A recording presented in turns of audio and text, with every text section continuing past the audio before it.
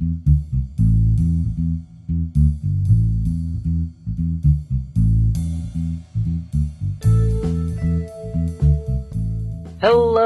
Fearless Gamers, and welcome to another podcast here on Fearless Games. I'm Matt the Vet, and today I'm joined by... James the Wildcard. And that is it. It's just us today. You get the best of the bunch. Exactly. So, how you doing? I'm doing pretty good. I have a sense we're going to talk about something apocalyptic coming up, but apocalyptic proportions happening? Yes, but I want to go retro style real quick. Okay. Now I'm going to bring it back to the SNES. Okay. Have you ever played the game Metal Warriors? No. Oh my god. Oh my god. For any Fearless Gamers, if you've played it, or if you have an SNES ROM, emulator thing for ROMs, find Metal Warriors. It's actually a pretty complicated game to play using the controller, because the thing about Metal Warriors, it used every button on the SNES controller. It used every button to have a function, so it was kind of complicated for me as a kid. But it's like a mech game. It's a side-scrolling game, and it basically, the way I can describe it is kind of like, what is it, Armored Core? Something like that? Yes. Armored Core meets Gundam, meets Mech Warrior, meets minor Star Wars because of the ballistic. It's really cool side-scrolling game. There's 6 mechs you can pilot. Each one has got unique capabilities in it. And one of them's called the Ballistic. It can turn into a circle. And because this was made, I believe, by LucasArts, I have a feeling the Ballistic was the prototype for the Droidekas. Because it rolls around, and then it opens up and guns come out, and it can make a shield to shoot. So it's kind of like...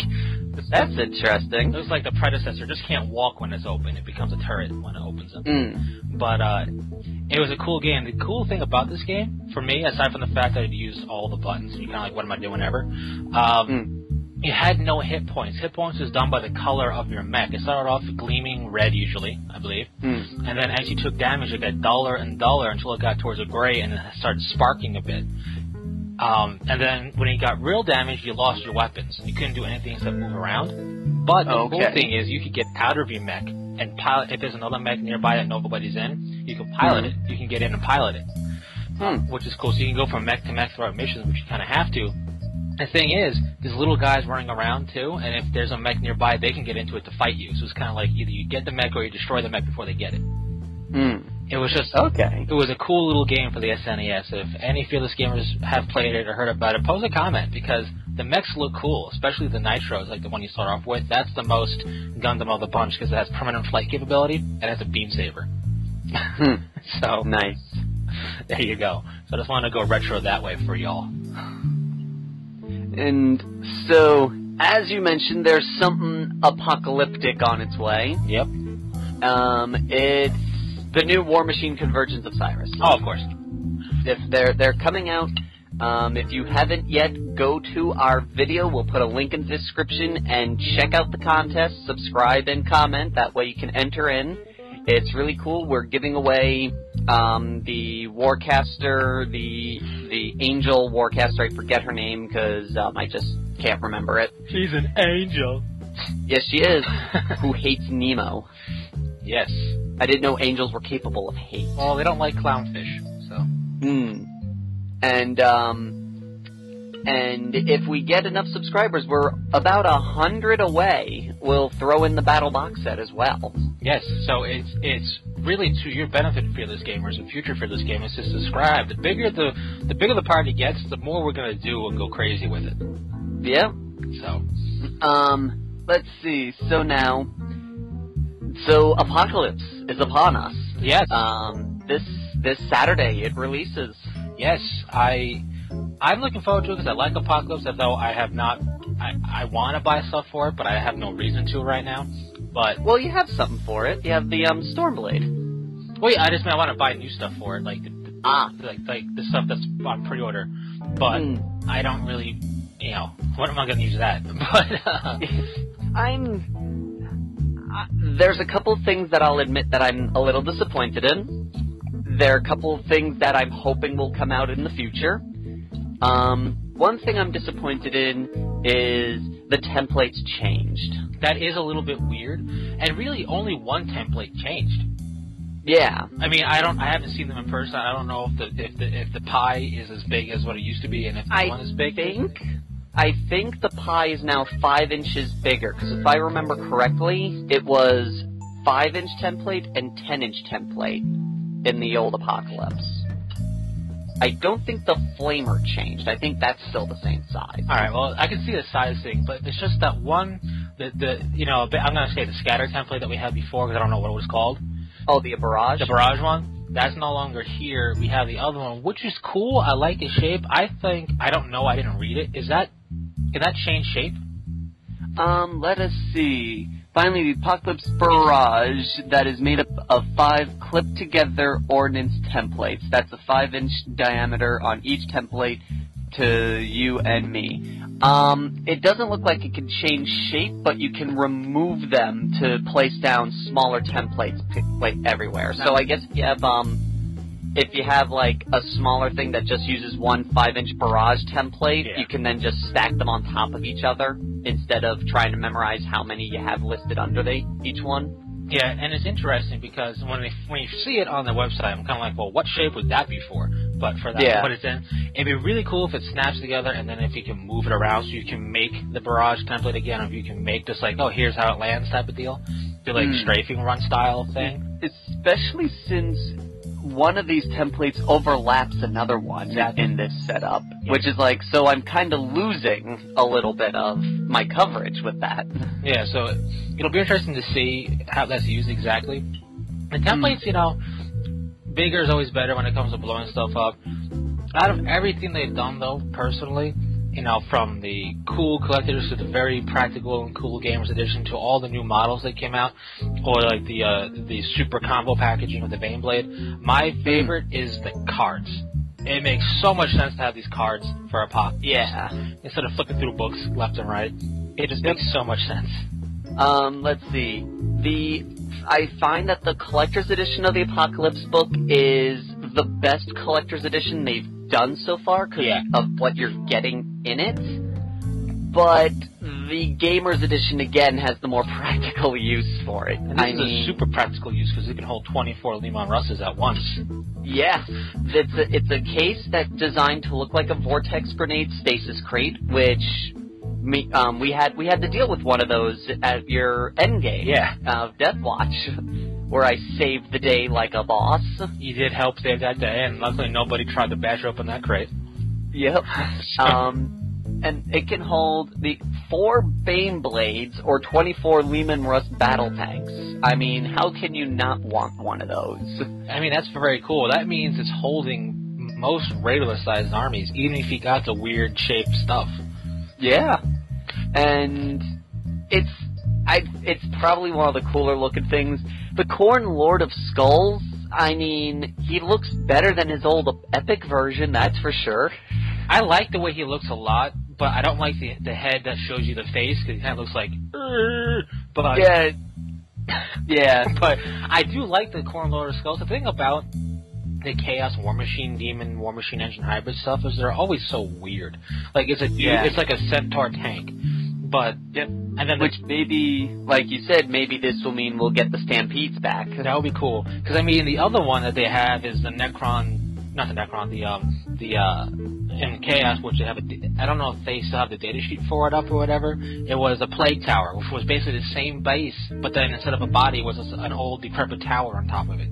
So it's very impractical stuff from the Chaos. Surprisingly, I think everyone wanted that more than the Lord of Skulls. Probably because people had I think it was a bit more survivable in terms of because it's Nurgle and it's hard to kill it. But yeah, I mean, when you look at the picture though, it's a very big, impressive kit because you got a Khorne Berserker standing next to it. To be perfectly honest, I was expecting it to be taller than the Wraith Knight, and it's actually shorter than the Riptide. It is, but it's when you look, I think it's around Baneblade size length. Yeah, it's 7 inches in length, and he's 6 inches tall. So it's more of a tank than meant to be a gigantic walker. It's a tank with a demon engine on top of it. I mean, which is just pure 40k over the top awesomeness, but. And then we've got the Necron Tesseract Vault / Obelisk. Now that thing is probably my favorite thing ever from Games Workshop. I mean, I'll never have one. It looks like it would be an absolute nightmare to build as a Tesseract vault and paint, because there's so many little cables that line up perfectly. And I can attest from experience that the plastic Immortals cables really had a hard time lining up. So this is probably, hopefully, better than that. But this is so Necron. This thing is so... Like, the flyers that they got and the Doomsday Arc, yeah, it's all well and good, and it's like Necron-coded goodness. Like, it's got the skin of a Necron on it. Look, but this is pure Necron. Like, there's nothing about this that doesn't scream Necrons. It looks the part. It's awesome. Not only is this thing 9 inches tall as the Wraith Knight, it is 10 inches wide when it's the Tesseract Vault. Yeah, I mean, it's a big, big model. And then we've got the Imperial Guard Baneblade, which is now the Baneblade and the Hexblade all in one. Which I'm a big fan of. And it only had a $40 increase. I was expecting it to be a lot more. Well, yeah, because it's basically the price of like a bit pack to make it a Baneblade, let's say. And I think the increase, I think, is very reasonably priced for what it is. Because now you can build if you can magnetize well, you can build absolutely everything. Oh yeah, this is like that's no doubt about that. That's not that hard to do with this setup. And but like I said, I was expecting, I was expecting at least, like with the other two, at least $160. I wasn't expecting just a $40 increase. The one thing I will say is I was hoping that would... not hoping. Well, yeah, I was kind of hoping, because I don't see the the conversion kit offer anymore, but I didn't do much digging. They used to sell a Baneblade upgrade kit to give you the two extra sponsons, so you had the total four sponsons on the thing. Yeah. I was kind of hoping that would just be in the new kit, but it doesn't look to be. Not a big deal. But I was kind of hoping to see that, especially because I can't currently find... I mean, I have one of those things. I just can't currently find it. But, it's actually in 40K bits. Is it still there? Yep, 40K bits conversion pack, Baneblade sponsons and accessories. That thing is... If anybody's going to buy a Baneblade, I highly recommend getting that and figuring out, at the very least, how to magnetize your sponsons for damage, and so you can put 4 on there, because... You want to drive around with 4 sponsons total. You want. This one will also give you... That's also where you'll find the Land Raider Terminus Ultra conversion kit, the Crusader pack, the... let's see, what else does this have? This is where you get the Shining Spears, the Chaos Tank accessories, Crimson Fist pack. It's the conversion pack section of GW is actually a very good section to check out. Yeah. It's really cool, and... Oh, it's got a Space Wolf's frame accessory. We don't need that. No, we don't. But it's cool. And you even have the Orc Battle Wagon upgrade pack, which gives you your Death Roller.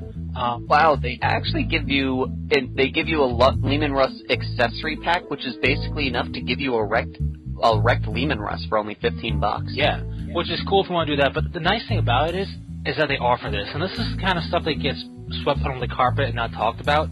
Because let's say, you get a Land Raider as a gift. Great gift.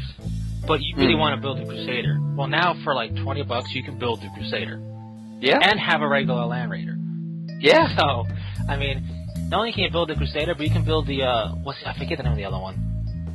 The Land Raider, with the flame templates. I never see anyone using it, so I've seen it used once, but I'm going to look it up right quick. It's the Redeemer. Yeah. The Crusader frame for $20 comes with the Crusader weapons and the Redeemer weapons. So now you have a Land Raider kit, this upgrade kit, so you can make all 3 Land Raiders. If you magnetize the doors and the side sponsons so you can move them forward for the shorter range stuff for the Crusaders, you got all 3 in one tank. Yeah. So, I mean, it's really worth it to check out those conversion packs. And also, that's where you'll find stuff for, is it still there? I lost the conversion pack. No, I lost it. No, I found it.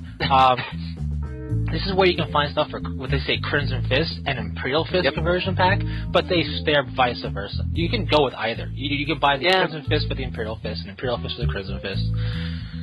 Aren't they the same, just different colors? But yeah, because one is an accessory to the other. And in fact, there's another one, I think it's, I forget the name of it. It's like, their symbol is basically a very similar symbol, but it's bronze fist. So you can even take this for that, which is kind of cool. And then we also got some little tiny things like some Gretchens, Imperial tank commanders, some symbols, planetary empire hive city tiles, jump packs, Zenith symbols. Yeah. You also got shoulder pads. The shoulder pads are a great thing to look at as well. Oh yeah, And there's where you'll find stuff. Yeah, especially if you're big about if you don't like doing the water transfers. The one thing I'm a little upset about right now with that is that they have yet to give us the raised like troop pads that they introduced in the Dark Vengeance kit, except for the Assault Squad shoulder pads. It's true. I mean, they should have the problem with these shoulder pads. My only concern with these shoulder pads, and I've bought a few. They have the tactical symbol ones, pads 1 and 2, and they have Terminator Honors pads. They have Silver Skulls, Praetors of Orpheus, Mentors. They have these chapters that if you want to play, and some people play them, it's worth checking out. I mean, Genesis chapter. Who would have thought they would have had shoulder pads, but they do. They have Genesis chapter shoulder pads. The problem with these shoulder pads, when you hold them next to a plastic one, is they're slightly smaller, and it's slightly more of a snug fit on the model. It won't really look awkward, especially even if you team it up with a plastic one on the other side. It won't really look bad, but it's a little bit. You have to keep that in mind when you deal with it, because they basically are just reusing these are just basically made to order. They just kept around the old pewter shoulder pad kit. And it's cool. I mean, even like if you just like the vet said, if you don't want to use transfers, they got Ultramarine shoulder pads. I mean, hey, there you go, paint them up. They even have some chaos stuff if you want more world leaders or going to do stuff like that. Yeah. It's very cool to check out. Another thing that they kept around is the squad command frame, going back to the conversion packs. That was something they introduced, I believe, with the original Apocalypse, because this gave you other like upgrades that some of those assets would give you. Yep, and it would also allow you to indicate which tank is a commander tank. Yeah, which is cool. I mean, and those bits, the nice thing about the command frame, if you want to buy it, you can say you want it for the Eldar or the Tau, right? Well, now you got these other bits that make cool objective markers. So, indeedly do. Especially if you want to get it for, you want some type of Imperial objective marker, you got the double-headed eagle right there. You can just put on a base and boom, objective marker. Yeah? Or you put it with the little communique relay. Yeah, that's now an objective marker. Or it represents a strategic asset that's not on a vehicle. Yeah. And we also have new Space Marine chapter lords. Yes, we do. Only 2 of which I feel personally are cool. I would agree. And that's saying something, because I'm a hardcore Space Marine fan. Yeah. We've got the Lord Executioner. Defer to the Lord High Executioner. Who looks awesome. Props if you catch where that's from. And he looks cool. He was not taken from the county jail, though. And then we've got the Master of Marches, who's basically trying to... it looks like an Imperial Guardsman they just threw Space Marine armor on. Now, let me clarify. The quality of the scopes are fantastic. Oh, yeah. I just think the overall posing is kind of lame. It's cool that he's got like this command rod that he's holding, like, resting on. And sure, little big Vox speakers so he can, like, project his voice instead of using their intercoms, whatever. And I understand the whole point. He's the master of getting deployment for a chapter's fighting strength. I understand that. He just looks far too, like, hey, I really am not in the middle of a battlefield. Which is very, not anti-Space Marine, but it makes you step back and go, shouldn't he be in the midst of stuff? It's like I said, him and the Master of Rites kind of have very Imperial Guard poses. Yeah. And it doesn't really fit too well with them. Like, the Master of Rites, I mean, he kind of looks a little silly. He does, but trying to belt out his freshly recorded musical interlude. Yeah, I mean, he has a cool little, like, servitor floating skull thing. It's like mobile speakers, but, and when I first saw him, I thought his left hand wasn't holding the cable. I thought his left hand was cupped to his face, like, to project what he's saying. When I first saw him. I'm glad that's not the case. And the quality is great, and he looks a bit more like he's gonna be in the middle of something, but just holding his cape up, I'm like, really? That's all you could do with that left hand? That was your best idea? Then we've got the Master of Relics. Awesome. There was one comment that I heard about this, which I found, I got a chuckle out of it, which was, okay, I understand he's the Master of Relics, but does he really need to take all the relics with him? He really doesn't have much in the way of relics. Yeah, no, he doesn't have much, but I kind of I got a kick out of that little joke. Like, I must bring them all! I like it, especially because the Devastator company, the 9th company, that captain is the Master of Relics. They do it by company number. Yeah. Who has what duty. So I like that he's got a big honking combi weapon with him. It would have been cooler if he had something unique. Like, it would have been really cool if he was, toting an assault cannon. But I like his overall assault cannon. Yeah.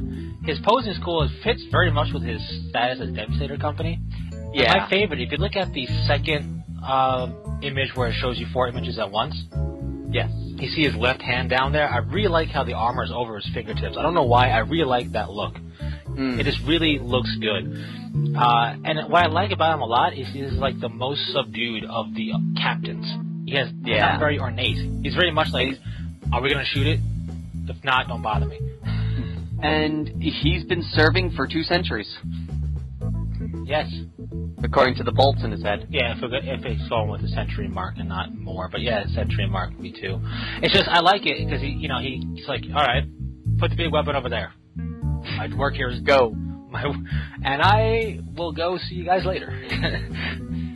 Then we've got the new scenery things, and I love how GW thinks that a 6x4 table is enough for Apocalypse. I'm going to give them the benefit of the doubt and say, hey, we got half of your table covered with terrain. If you buy that is true.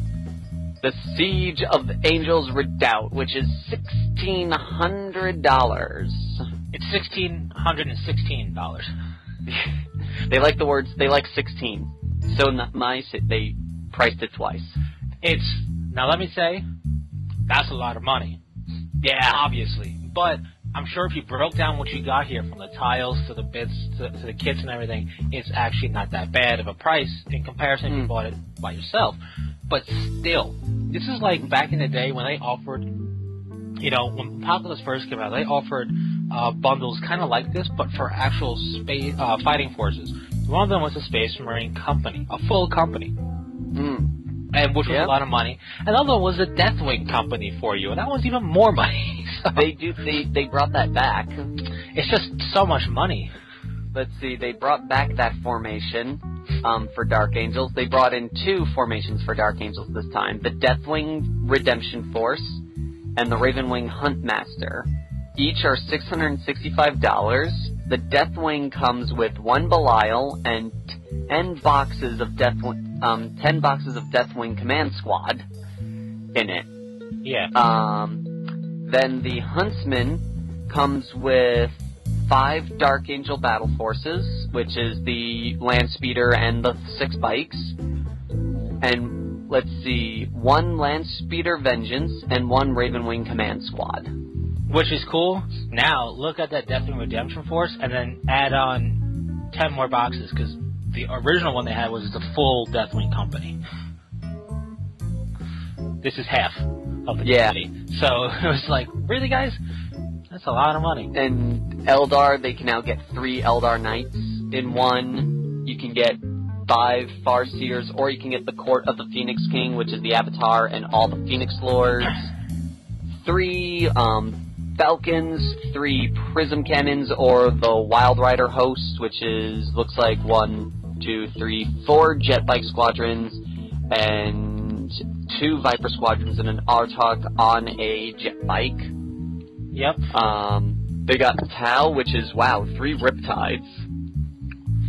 That's a lot of Riptides. It is, and what's cool about these things is they're worth checking out. And you go to their website and actually click on the Apocalypse formation for the appropriate one. They're worth checking out for people because, hey, maybe you don't want to play Apocalypse, but you're looking at this and you go, I want a Space Marine Battle Company as a collection. I want to play whatever, Crimson Fist, Imperial Fist, I want to play Iron Hand, whatever it is. You go there, oh, look at this, Space Marine Battle Company. Alright, that's a decent amount of money, but now I got all the Marines I need. Or I am super excited because on the Chaos one I just found out, apparently there's a formation, the Thousand Suns War Conclave. Yep.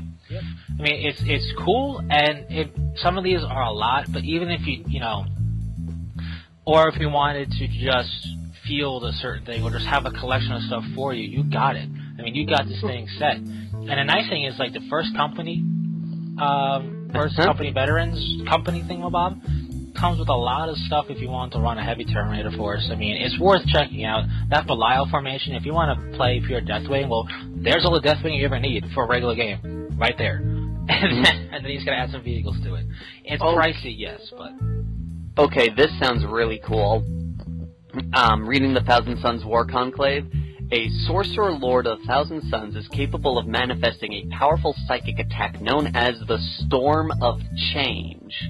To achieve this, the sorcerer lord must be supported by a conclave of lesser sorcerers. When the ritual reaches its climax, the lesser magi are drained of their psychic power, raw warp energy, which is then redirected at the enemy in the form of a devastating vortex. Yep. So it looks like the Thousand Suns can just produce vortex grenades as they feel like it. I'm not sure if it's actual literal vortex grenades, because I believe they still have... I don't know if they have it on their site, but I do have a data sheet for the, like, workup and thing like that. And it produced a very strong psychic attack. All the stuff is very cool. And the one thing that I'm upset about, because I don't think it's worth $30, but I want for my Imperial Guard army, is the new dice with the Mechanicum symbol as the 1. Yeah. Because I'm like, oh, that would work perfectly for my Mechanicum, but you're not worth $30. I'm not getting you. You're not that good. Exactly. So, and one of these, in the Orcs, have a Battle Wagon Steamroller Squad, and that's 3 Battle Wagons. For a decent price. And the thing is, I've seen quite a few regular army lists that include 3 Battle Wagons, so there you go, right there. Yeah. In one fell swoop. And then they got the Stompa. Yes, but, I mean, it's very cool that Apocalypse is getting, redone, because it needs it, and then hopefully they'll keep up some of the loving. I'm hoping that the Necron and the Chaos new Apocalypse units are just the tip of the iceberg, and I imagine they should be. I mean, I think we're seeing a lot more, I want to say, loving for non-Imperial things in the past, so I think this is a sign of things to come, I'm hoping. Yeah. I would be just very happy if we got at least, if they, let's just say for argument's sake, they introduce one new super heavy, an army. I hope that GW would provide a model for it and not go, let's hope that Forge World does it for us.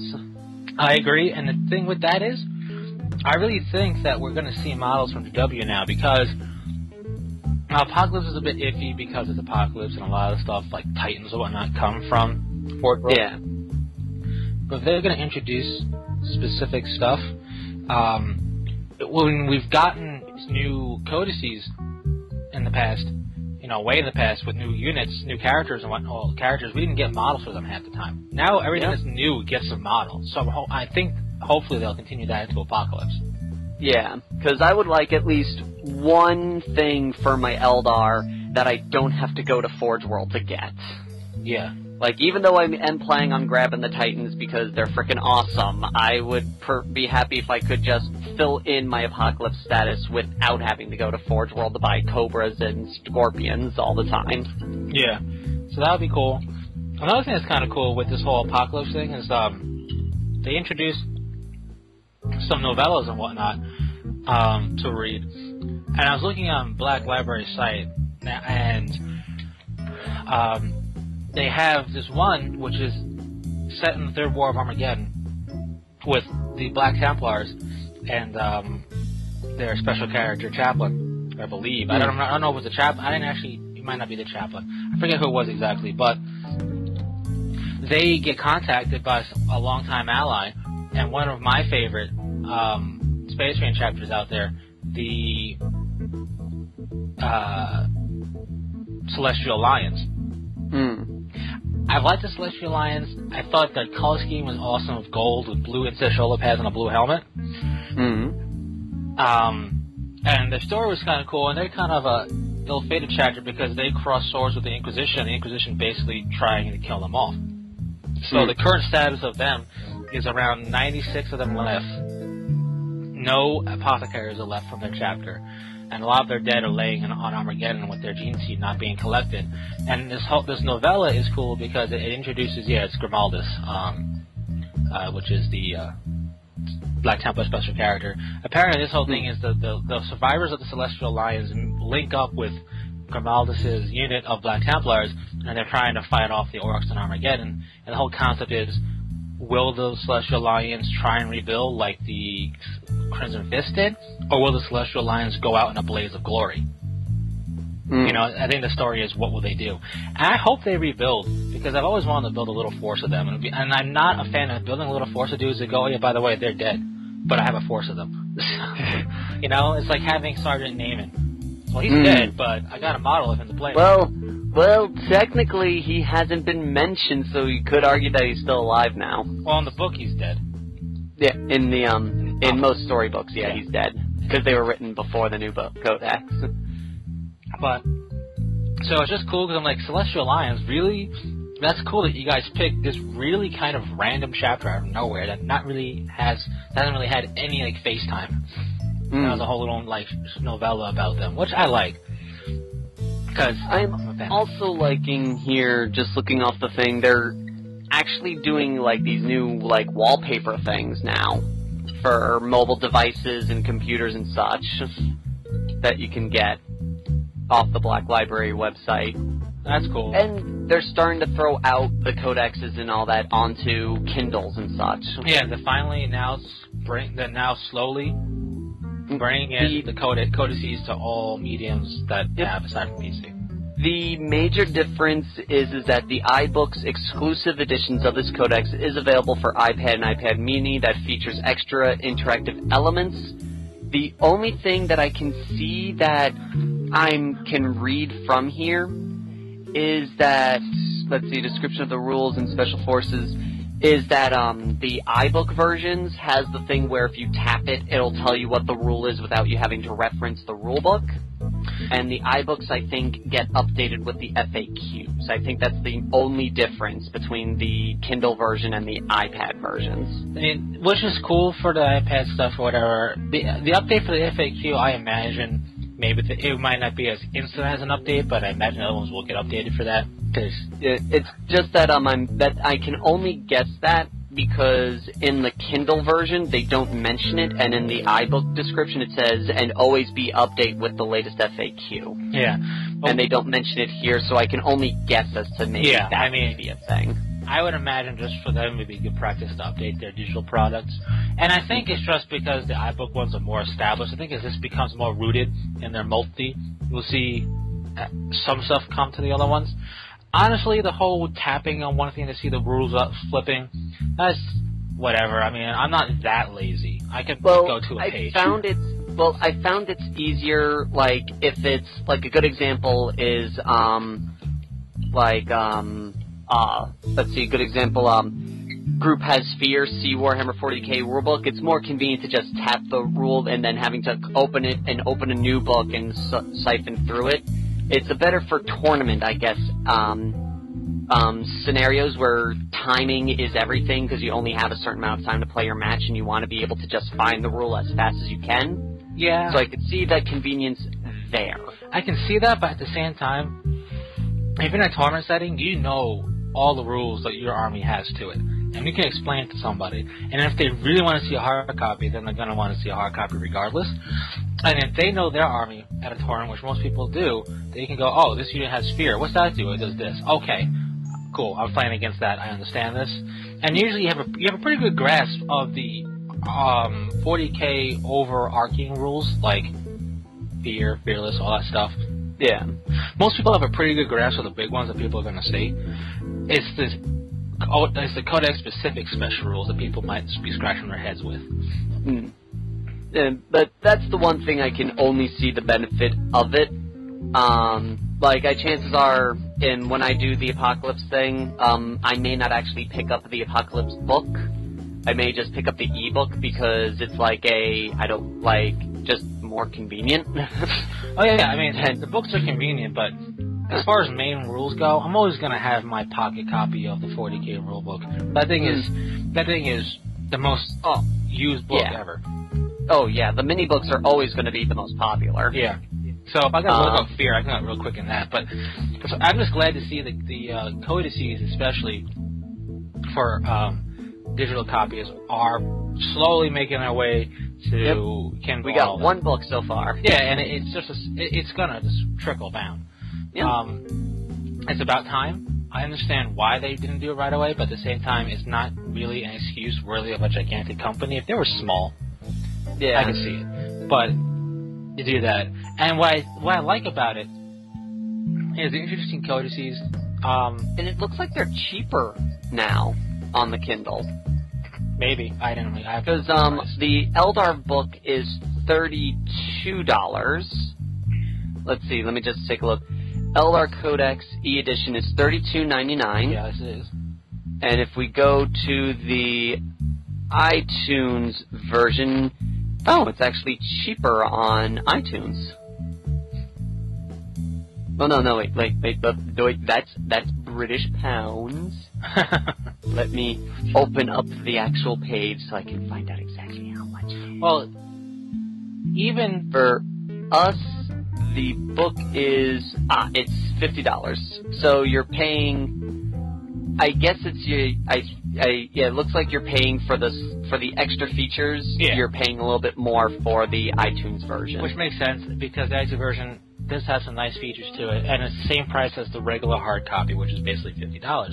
So the Android, Kindle, all that good stuff is cheaper, and you're really just paying cheaper because you're just getting the convenience of it's a digital book. Yeah, and you just have to probably slug around paper copies of the FAQ, which for the Eldar isn't too horrible since they only have one thing in their FAQ right now. Honestly, for most of them, it won't be that many pages of FAQ, and it's always good to have a hard copy because it's just here, printed from the website. No arguments.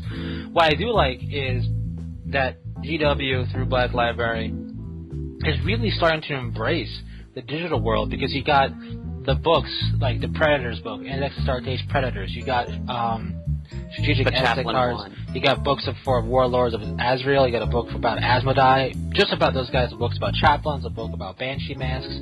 A book about Long Rifles. They're really like, hey, it's a few dollars here and there for these books. Check them out. This is just so much more fluff stuff, and I think that's just really cool.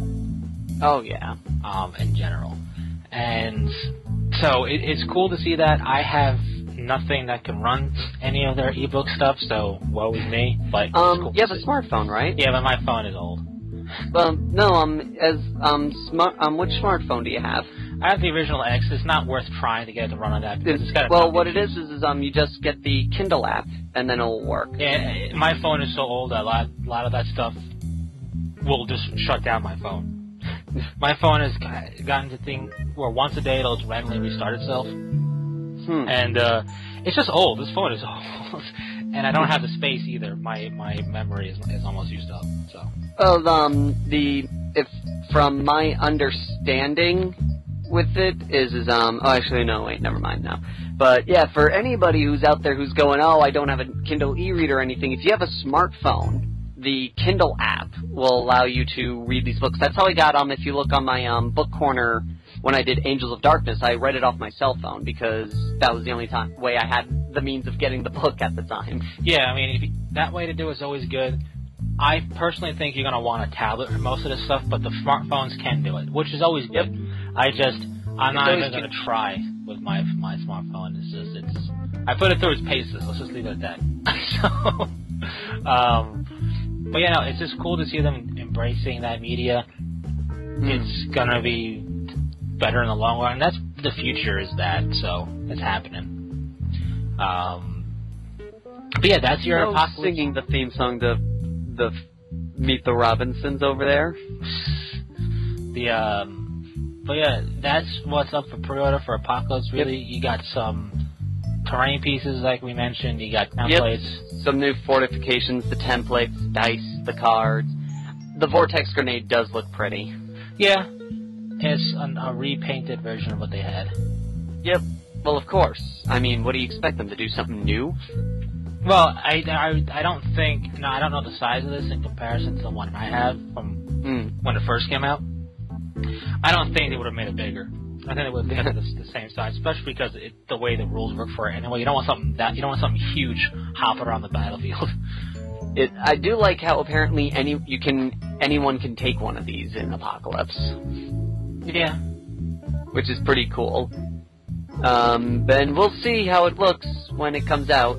The only thing I'm really cheesed off about is that they added 5 inches to the pie plate, making my pie plate pretty much useless. Yeah, it's annoying. It's just a way to help make money. Make money, and it's just like, hey, might as well just get this whole template thing now anyway, because my only one of the ones I have is potentially still useful, and that's the flame one. Yep. Well, looking at it, like I said, the pie plate is still useful unless they decide to give all the Super Heavy Titans the 15-inch pie plate. Then it becomes useless to me because I can only do up to 10 inches. Right. But it's pretty interesting. And speaking of stuff, just to acknowledge everybody who did comment on our recent episode of Touching Base, we do plan on talking about tournaments and wargaming, but we're going to be saving that for Touching Base episode. So there's a preview right there. So we're not ignoring the comments or anything. We're taking in what you guys are saying and throwing that into when we get into that discussion later. Yeah, I mean, that's a lot bigger than this. Yes. So. A lot bigger than 2 people. Yes. Also, in case anyone hasn't heard, bring this up, Warmachine is starting a Kickstarter for their own RPG PC game. Yes, which will be cool to see. Yes, it looks like it's kind of like a mixture of Space Marine and StarCraft. I'm interested to see, more about it. Because I like the Warmachine world. I'm just not a fan of the way the games play as the miniatures go. It's just, the cards are a part of it. I mean, the cards work fine, and I like it. It's a lot of information condensed for you right there. But overall, I just don't like the way the game flows, for me personally. And it's just a preference thing. So, but I've always liked their world and the story behind it. So I'll be interested to see how this game plays out and how it works, because if it's a gameplay that I'll enjoy playing, I'll pick it up and play it.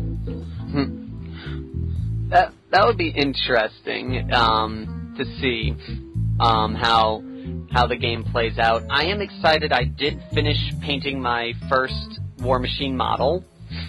I used the formula, the P3 stuff, which is actually Cote d'Arms colors. So anyone who's interested in finding old GW paints here in the U.S., there you go. There you go. Yep, and it's similar. They're decent paints. Oh yeah, the painting is great, and I went with P3 primarily because I like the color palette for it. When I was looking at Warmachine colors, I was like, the GW stuff is cool. I love their paint models, but just for the universe, I don't like the palette that GW offers. Yeah, with it, and that's a good thing that you brought up about paint. I'm of the frame of reference personally that, especially if you're painting up, now something like Warmachine is not, there's no like DIY chapters like this 40K. Yeah. But if you're gonna be painting up, let's say, Dark Angels, or you're gonna be painting up, Blood Angels or whatever it is, or you're gonna be painting up Signar or Kador or whatever it is over there, and the company has paints either made, doesn't even matter if they're made in-house, they're made specifically for them to produce as their paints for that game.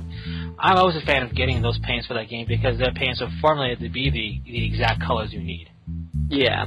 Yeah, no, I definitely agree with that it's always good, at least for me, I always like trying to get the color palette that best suits the look of the armies. Yeah.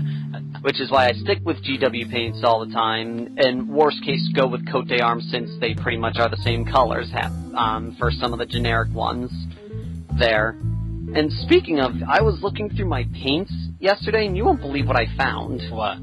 I found the old Dark Angel green ink and a jar of the original flesh wash. Nice. I still have those. Way back in the day, way back before foundation paints and everything, I bought the entire GW paint line.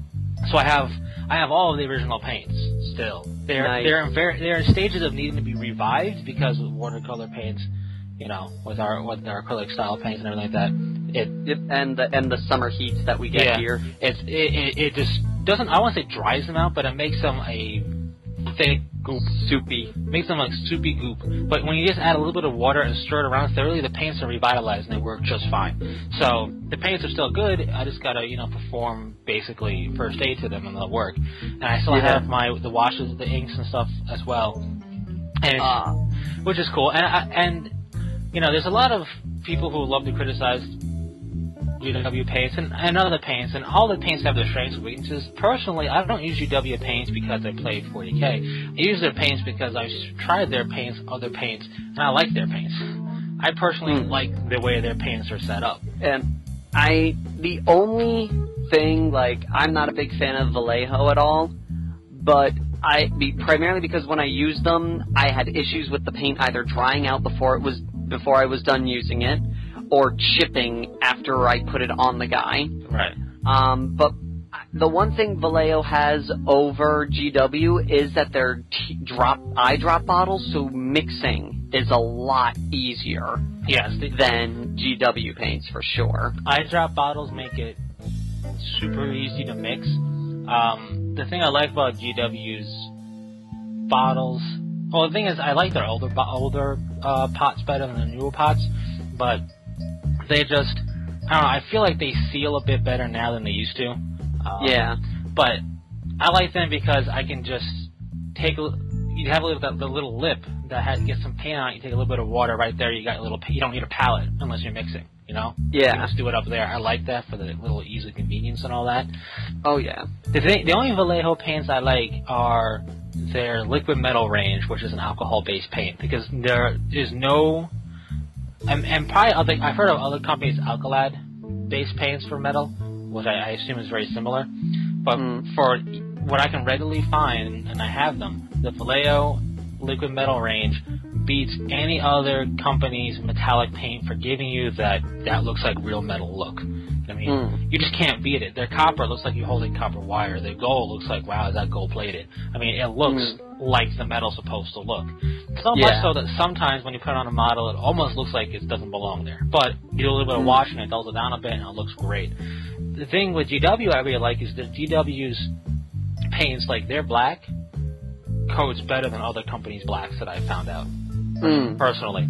Unless you go into wood paints, but that's so thick that you're just losing all the... Yeah. But for, like, model paints, I think that black is one of the better blacks, and their metallics for, like, metal color, especially as their bolt gun or their gunmetal, works very well for giving you a metal look that can either look decent or look dirty. It looks very... I like their metals for that, but their golds are a little lackluster, but they're silver, I guess you want to say. They're regular metal color metal males and the iron, the lead breaker and all that stuff. Yeah, lead belcher. The metal colored metals, I think, look pretty good.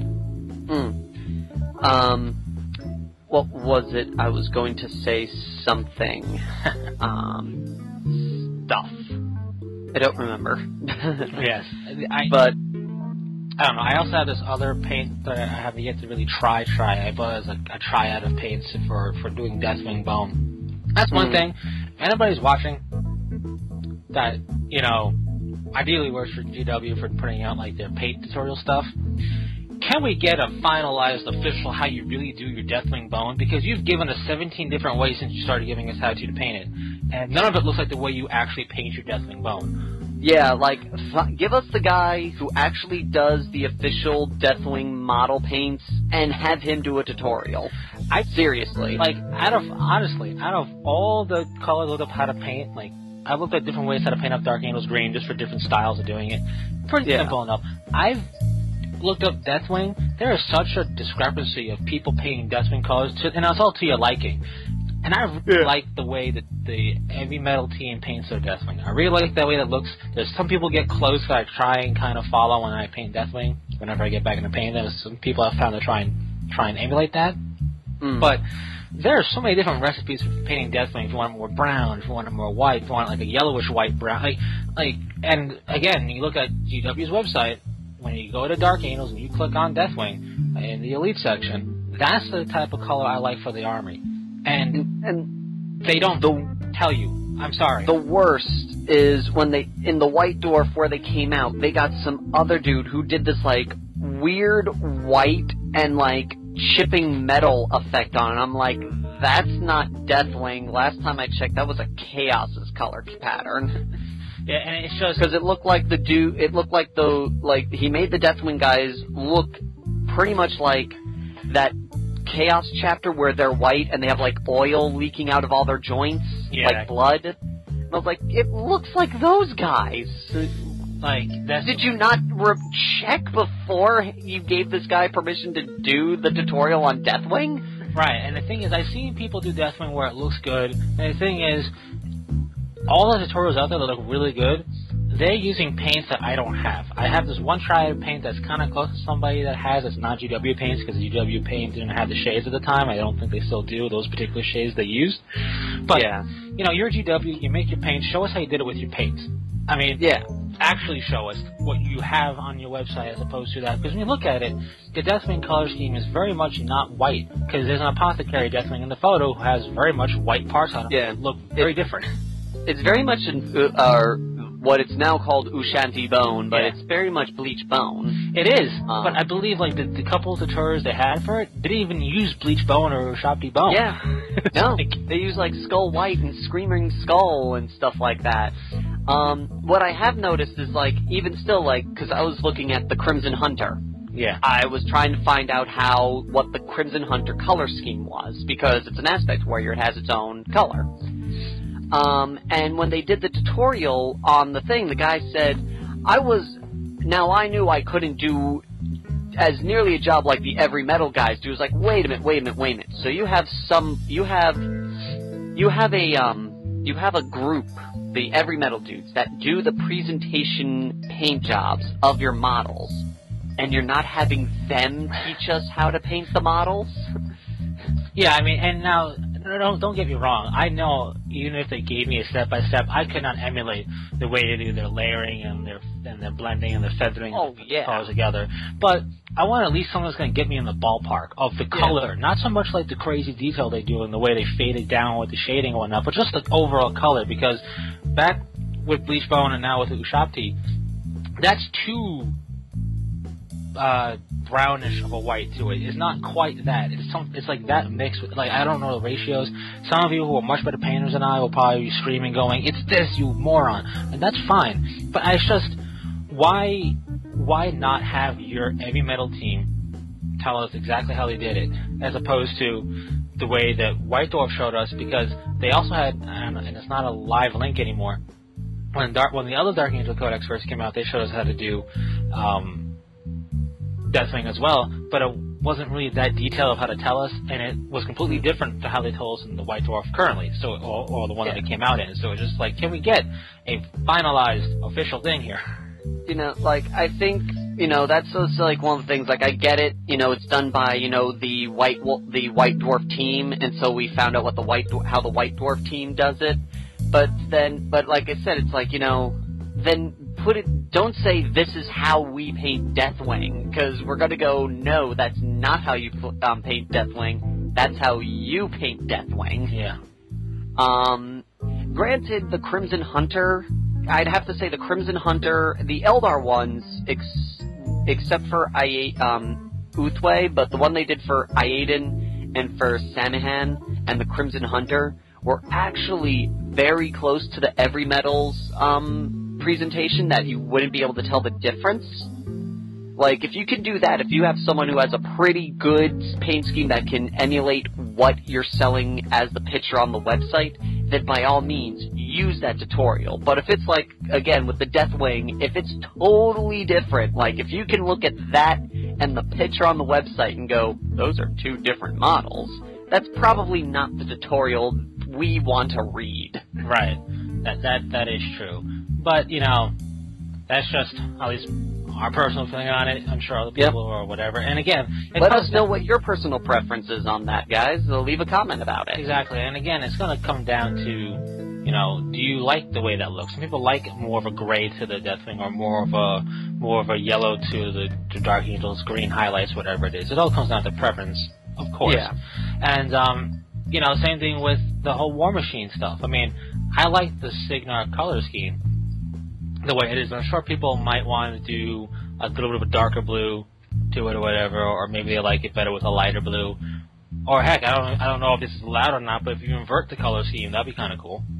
But, do yellow and blue? Or, you know, just invert it, like where the main color is and the secondary color is, switch it.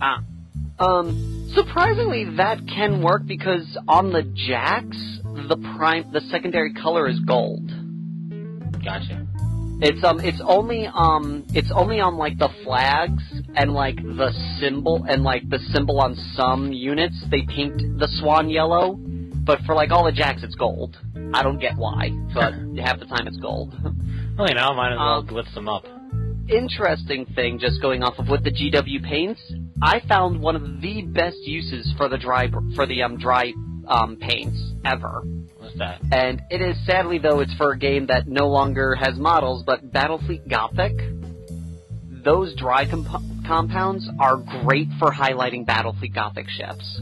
Oh, yeah. If you watch in the Rise of the Magi ending, when we have some Space Marine ships appear, I literally just took the primary color, painted it, and then took the color of the dry compound, and then a quick brush, and it makes great highlights on those ships. Oh yeah, and because those ships have so many distinct raised areas that can catch it, right? Yep, and it's distinct enough where when you dry over it, you still will have the prime color underneath it, and you won't unlike some of the GW models out there where you'll coat half the dude in the dry compound. Yeah, and their dry brush, dry compound stuff, that stuff will work at anything that has, I don't want to say extreme edging. You don't need to be huge edging. You just need to be where it can catch it easily enough, because things that have more of like a curve to it or more gentle slope, it's not going to work as well on. But when it's got more of like a 90-degree edges to it, and the model's kind of thanks. Yeah, and you have enough of it where the recess will stay the same color, and this is raised enough where you can just catch it and really make it stick out. That's where those paints really do work well, you know. And the thing with dry brushing is that's where dry brushing really looks best, in my opinion. I've dry brushed gentle sloping stuff before, and it looks all right, but it's not going to catch the same way. Yeah. And even watching, when the one dude does it with the skeleton, if you notice, he only shows you him dry brushing the rib cage and the skull, where it has the most prominent raised edges on the model. Yeah, dry brushing a bone arm. A bone hand, yes, but dry brushing a bone arm is not going to do much. Bone leg, If you do up and down, so you only catch the top and the bottom, yeah, it also depends on your direction, I find. If you're going... I find that it goes best if you're going against the detail. But if you're going with the detail, it doesn't come out as good. It's a contrast. It has to be able to contrast. That's what dry brushing really does well, I think, is more of a contrast. But it all depends on the area, the color you're dry brushing, and if it's got pronounced ridges and whatnot, or else it's not going to catch as well. I mean, it'll look fine. You can dry brush things fine. This is going to take more effort, more passes, and it's, not as easy as the pronounced ridges. And we are just about out of time now. Yes. We had a very good podcast today, talking about the new Apocalypse stuff, got into painting, which is always fun to talk about. Yes. And don't forget, Metal Warriors from the SNES. Yes. Kind of a lame name. Warriors. The storyline is whatever, it's an SNES game. But it's not that bad. It's just oh, I get it. But, awesome. If anybody's heard about that, comment section it up. And so next time we show up, it will be the release of the Apocalypse stuff. Yes. And we'll see what happens with that. So we will. I said indeed we will. Yep. And we will not be buying anything because we are poor people. Yes, and we don't really unless unless we do that skit from SNL, with the guy at the train station with the guitar going, "Please give me money."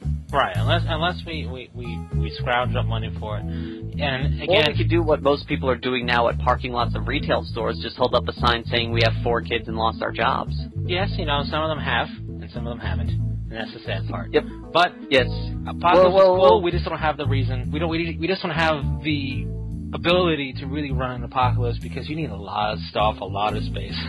Well, sadly, with it, we only have one. Like, I'm probably the only one who has enough apocalypse stuff to actually run an apocalypse game. Maybe. I mean, the thing about apocalypse is you don't need crazy, big, super heavy stuff. You just need an army that's big enough that can support itself, which is another task in and of itself because that's a lot of models. Yeah, but granted, that's the only way I can do apocalypse is because I've got the 4 super heavies. Right. If I don't have those, if I did have those 4 super heavies, then I would have no apocalypse army. There you go. So, thank you all for listening. Until next time, fearless gamers, this is Matt the Vet. And James the Wildcard. Saying take care. Peace.